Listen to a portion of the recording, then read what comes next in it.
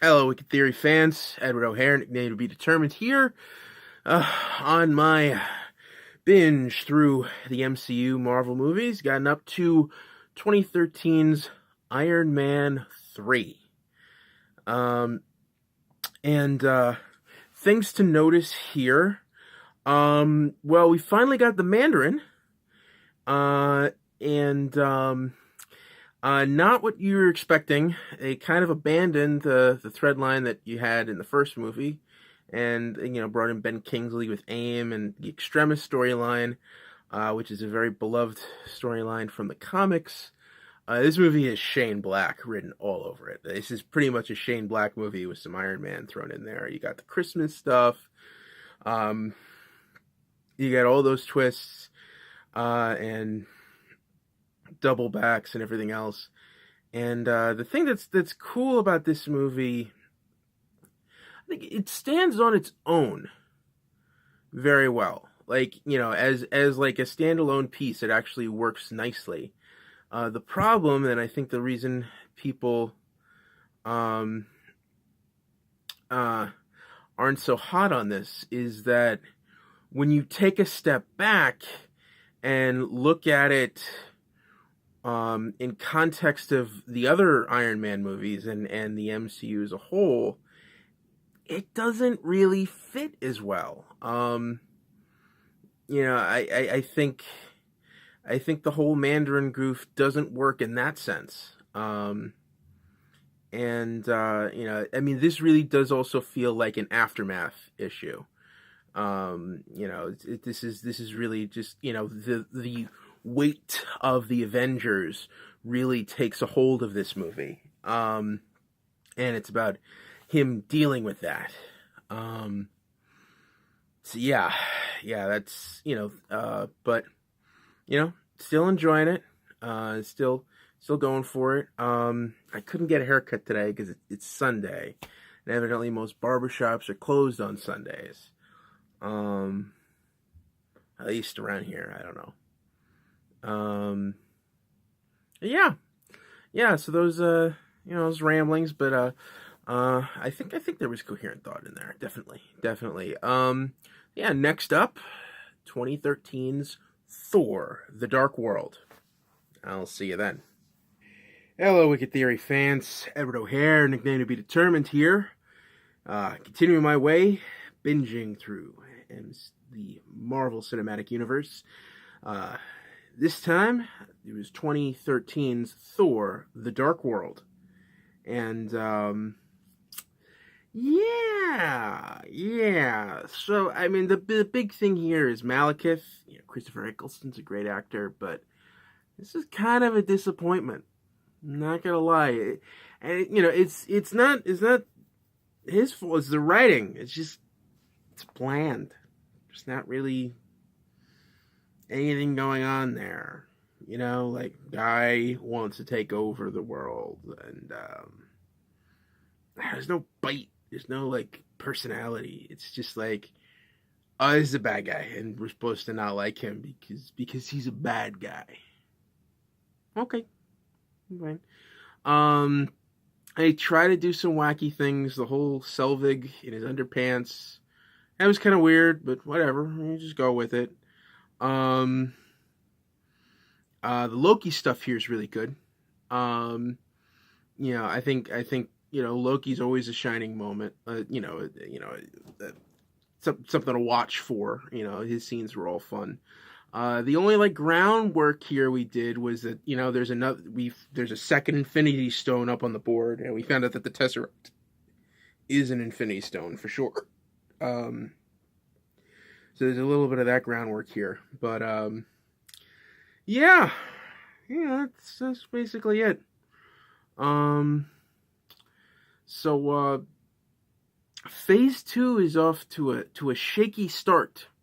I'm not gonna lie, Phase 1, boom. Avengers, but Phase 2 is off to a little bit of a rocky start. So let's see if we can kick it up a notch and, take it up with our next entry, 2014's Captain America: The Winter Soldier. See you then. Hello, Wicked Theory fans. Edward O'Hare, Nickname to be determined here. And I just finished watching Captain America, the Winter Soldier. Sorry, it's kind of cold in here. Yeah, it's getting cold. So I the last couple movies we've been like stumbling through. They're not bad, but like, okay, we're kind of walking in place here. And this one, this one, this one, this one's a game changer. This was a huge, like, this is the most, I think what it is, is that they finally, we've done the superhero movie. We've cracked the superhero movie. So we gotta give you something more. So this is a superhero movie wrapped around a political thriller. Like, there's another genre they're kind of like going in through here. And, it makes a difference. This was really, really fun to follow. Good direction, good action scenes, everything. They're new characters. They really, really, this is also kind of the first one, like, you really have to have watched Captain America 1 and kind of Avengers 2, because S.H.I.E.L.D. is really, it's all really starting to integrate here.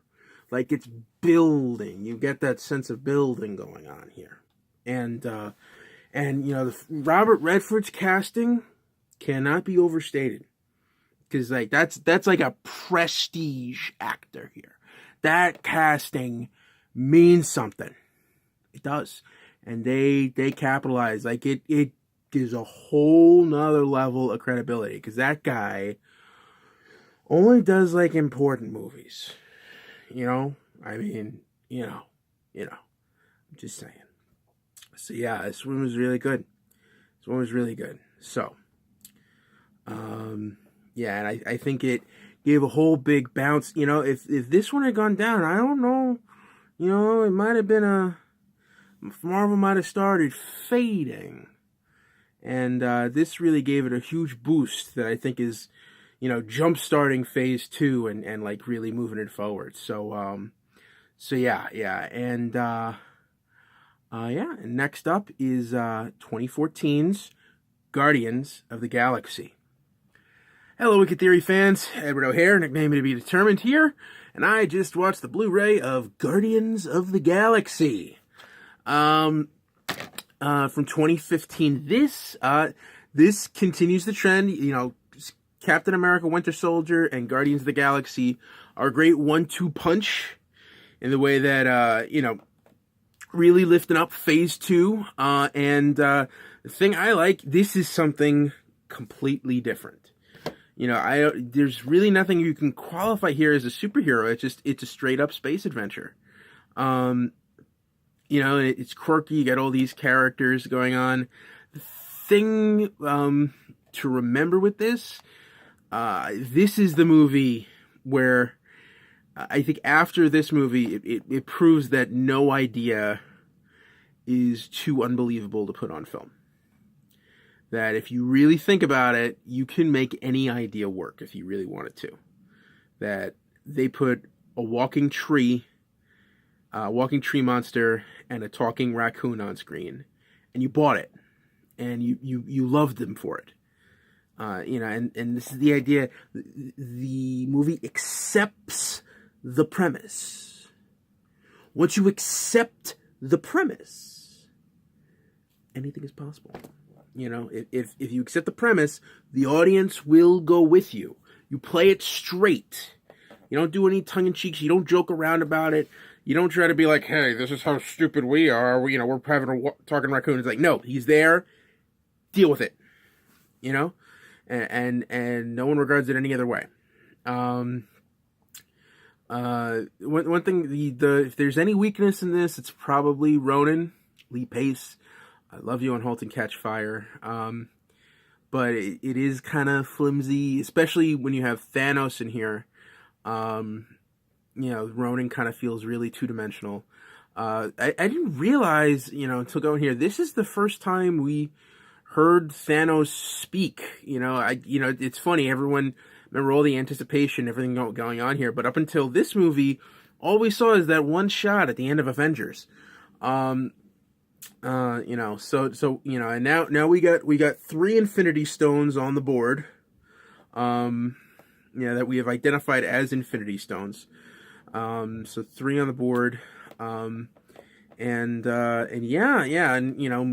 on. Let's see if we can how well we can carry this momentum into our next film, Avengers: Age of Ultron, from 2015. Hello, Wicked Theory fans. Edward O'Hare, nickname to be determined here. I just watched Avengers: Age of Ultron.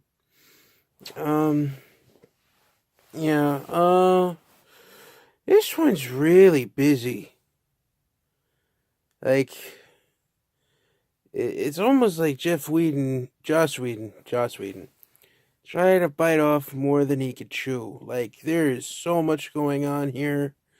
Plus, like, you have, like, setup in here for, like, 6 different movies. It feels like they were, because this is, like, the heart of it. They were trying to do all this setup for the next couple movies and didn't really focus on the story at hand. And it's just so many characters and so unwielding. But the dialogue's really good. I Joss Whedon's dialogue. This is I would say even more ambitious, just in scope. Like they're going all over the world. They're in like Eastern Europe and Asia and Africa. I think they hit the continents. They hit the continents really hard. And and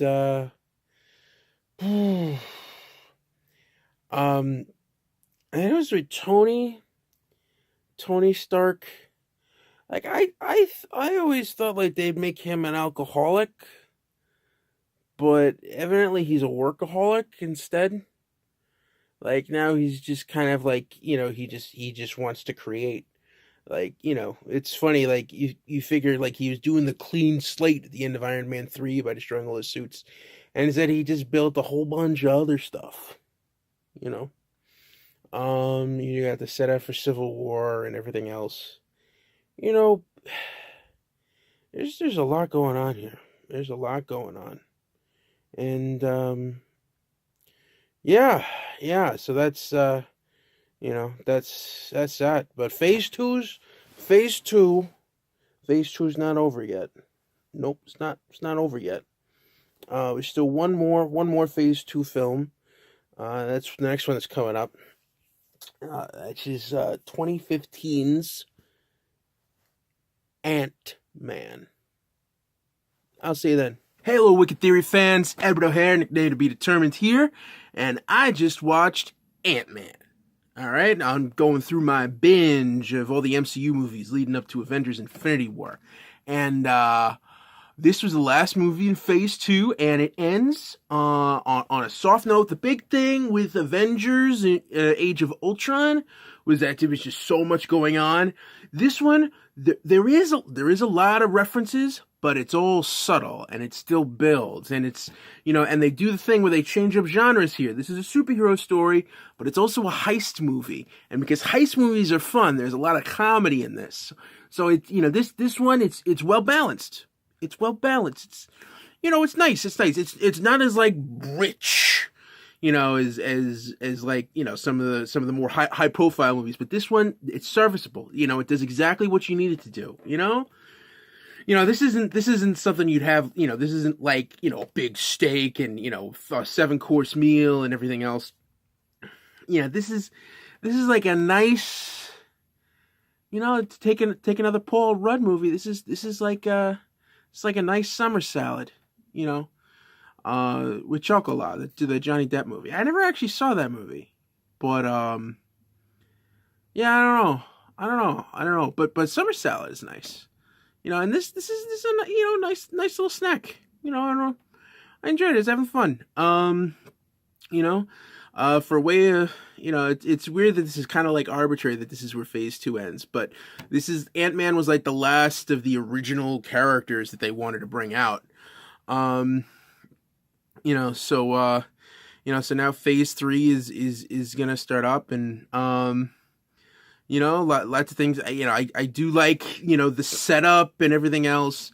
Michael Douglas, another prestige actor, another like really big get, you know.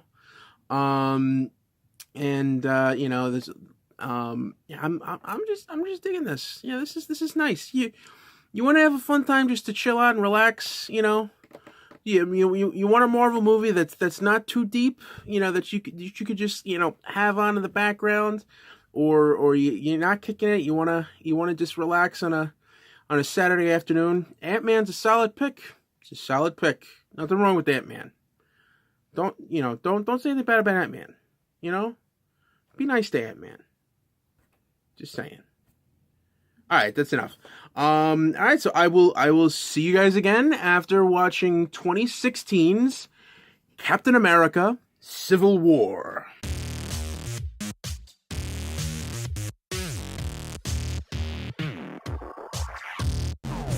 It's building. You get that sense of building going.